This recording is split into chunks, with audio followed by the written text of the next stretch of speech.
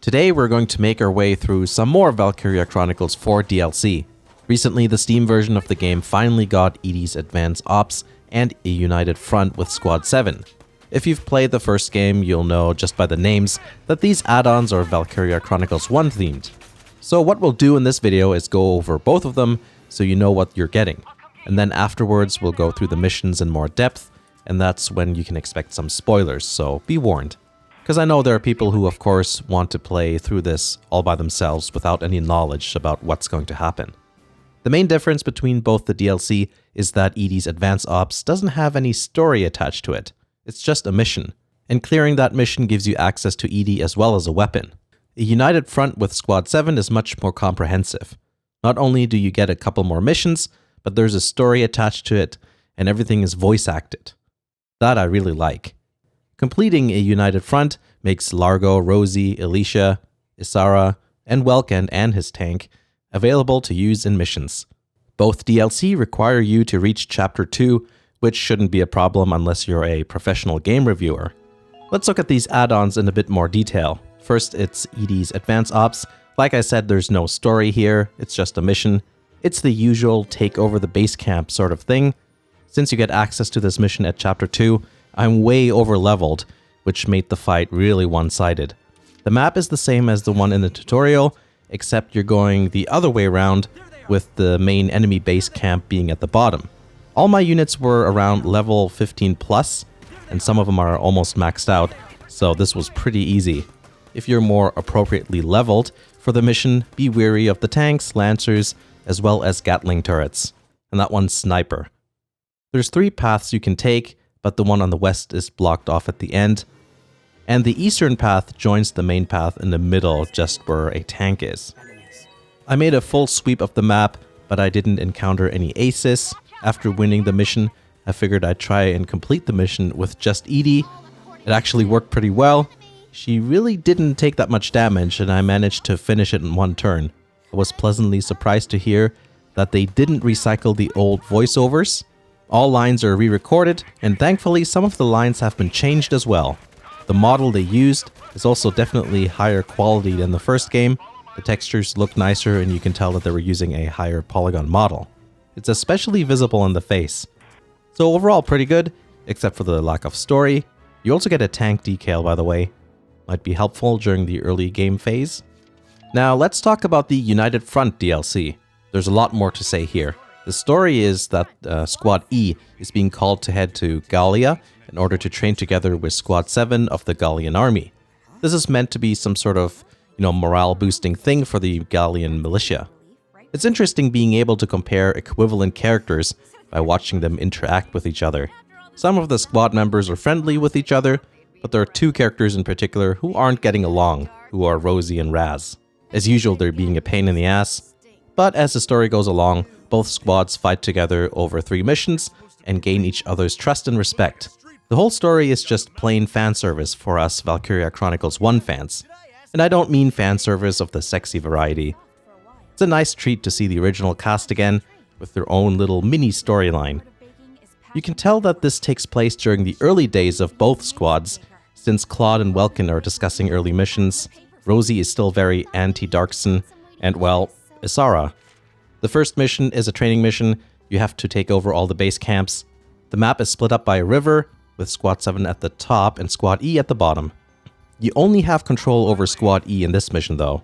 Just like with the other add-on, I'm quite over-leveled here. On top of that, there aren't any particularly tricky enemies to deal with, which is why you'll see that I'm not really struggling here. If you are more appropriately leveled, then just approach it like you would any other mission and you'll be fine. There's no real tricks here. As you advance, take care of any infantry by the river if you can. Also be careful of a sniper who's hanging out on the top left of the map on the other side of the river. With your focus being on the bottom, it might be, it's possible to accidentally miss him. The last base camp can be accessed by the nearby bridge, but it's blocked off. Just use the ladders to climb down and go around, and climb back up. It's pretty easy overall, but the second mission makes things a bit more interesting. This one takes place in the familiar town map. Here you're actually fighting the Imperials, and can control both squads. There's 2 phases to this mission though. First, where you control Squad 7, and second, where you control both. And the first phase affects the second phase. For the first phase, your objective is to take over all the base camps again. But there's a twist. The unit who captured the camp will run over to Squad E to help them out, meaning you can't use them for the first part of the mission anymore. You have 4 turns to do it, and you have to be careful that none of the camps get recaptured by your opponent. I was so used to being almost invincible in the last mission that I managed to bodge things up a little bit. I didn't manage to get the last base camp at the bottom in time, but the mission still continued nonetheless. After 4 turns is where things change and you start controlling Squad E. As you can see, it's the western part of the map that you're now playing on, whereas you were playing on the eastern part of the map before. After 1 turn passes, Squad 7 members start popping up at the locations of the base camps you took over in the first part of the mission. The members that didn't capture a base camp before the 4th turn was up will show up on the turn after that. I did manage to complete the mission in the end, and I did manage to get Alicia, Rosie, Largo, and Welkin as playable characters. But in order to unlock the 3rd mission, which allows you to unlock Isara if you win, you need to capture all the camps during Phase 1 of Mission 2. So I went ahead and did it again. Here's how I completed everything. The reason I failed is because I thought Squad 7 was going to be the same level as my Squad E, but that's not the case. This time I didn't storm in blindly. I sent a tank to the top left camp and used a mortar to damage the enemy shock troopers. It might not kill them right away, but they're so weak that they die during their turn by the tanks intercepting fire. Alicia and Rosie I sent down to the bottom path. It's really crucial to go around the turret. It might seem obvious, but yeah, you don't want to fight it. In fact, you don't even need to get rid of him at all. The tank in the alley has a Ragnite tank behind it, so you can just shoot it. Largo took the first base camp and Alicia the second, after I got rid of the tank that was camping out there. You have to be careful though. The Lancers can really ruin your day, and I was lucky not to get any infantry downed by them.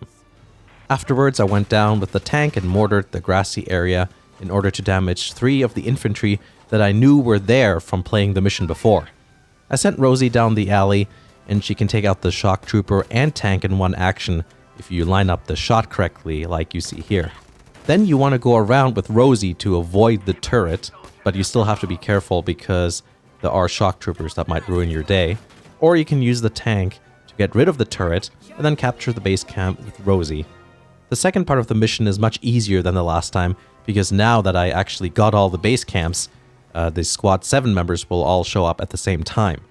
Since I played this mission before, I already knew where all the enemies are. I used Riley to bomb the troops in the camp just over the wall. I used the Hafen to barge in and get rid of the Grenadier and 2 of the 3 tanks. I didn't really worry about the Lancers too much because I protected the rear end of the tank. I did get lucky when a Lancer wanted to attack our camp though. That was pretty close. Once Squad 7 shows up, I used Largo to take the top camp and get rid of the last tank. Alicia captured the middle camp, which was no problem because I already took out the soldiers guarding it, and the bottom camp is easily dealt with using Rosie and the tank. Now it's time for the 3rd and final mission of this add-on. Riley and Isara find themselves isolated from their squads with some Imperials running around. This mission takes place in the same map as the first mission, except this time you're on the top. It's just Riley and Isara and no other allies, with Isara having to be a Grenadier for the mission. As you can expect, this is her class when you unlock her. It's pretty simple. You get rid of any enemies you can see, take over the base camp. At first I left Isara at the camp, just for guarding purposes, and crossed the river on the left side of the map using the ladders. I managed to position myself in a stupid way here though. There are enemies hiding in the grass, and they managed to just stroll past Riley. They were still kind of easy to deal with though because they kind of clustered together and I just shot them basically. Basically, you just deal with all the visible enemies. Later on, just move one of the characters towards the bottom of the map where the last unit is, and that's a sniper who's just hiding out there.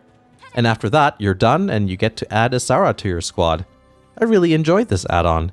Not only are there Squad 7 members to unlock, but it's nice to see them again with a little storyline attached to everything. The missions were pretty interesting, The second and third missions were kind of unique, therefore more memorable. I was expecting this to be a bit more like the swimsuit DLC, where you have to eliminate all the aces. But I like that they didn't do that because a little variation is a good thing.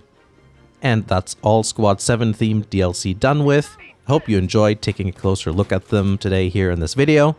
I just want to mention real quick that I have a second channel where I make quick videos covering various news related to niche Japanese games, anything from sales to new announcements and releases. Obviously I can't cover everything, but hopefully it's useful to a few of you. If you want to help out the channel, consider contributing on Patreon. That's how you get your name on the end card. You can also become a channel member by clicking the join button below. Thanks for watching, and I'll see you again in the next video.